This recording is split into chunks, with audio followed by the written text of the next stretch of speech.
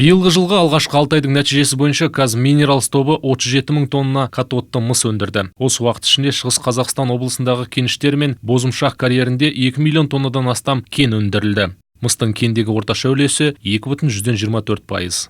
Жарты жылда компания ілеспе өнім өндіру жағынан жоғары нәтиже көрсетті. Мәселен, осы уақыт аралығында 50 мың тонна концентраттағы мырыш өндіріліп, 1,5 миллион унциядан астам күміс түйіршіктері, 20 мың унция концентраттағы алтын алынған. Казминералс болжамынша өндіріс осы қарқыннан сақтап қалатын болса, жыл соңына қарай жоспарланған 80-85 мың тонна мыс, 90-95 мың тонна концентраттағы мырыш пен 2,5 миллион унция күміс түйіршіктері өндірілуі тиіс. Казминералс тобының 2015 жылдың бірінші жартысында сатудан түскен табысы $341 миллион құрады. Табыстың қысқаруы мыс, күміс пен алтын сынды негізгі металл бағасының төмендеуімен тығыз байланысты. Қазір Лондон металл биржасында мыстың орташа бағасы өткен жылғыдан 14% кеміп, тоннасына $5,929 құрады.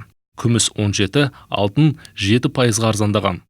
Жарты жылда топтың даму жобаларына салынған жоспарлы инвестицияларға сәйкес қордаланған таза қарызы $1,6 миллиард құрады.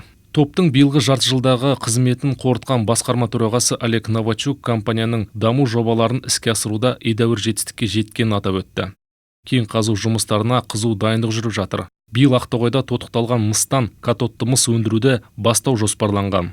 Жуырда Бозшакөлде болған өрт салдарынан кен байыту фабрикасын пайдалануға беру мерзімін 2016 жылдың 1-ші тоқсанына ығыстыруға мәжбүрлеп отыр. Жөндеу жұмыстарына кеткен шығын сақтандыру компаниялар есебінен жабылды және бұл техникалық жабдық жоба бюджетіне әсер етпейді. Олег Новачуктың айтуынша, шығынды қадағалау шаралары нәтижесінде Казминералс өнімнің өзіндік құнын төмендетті.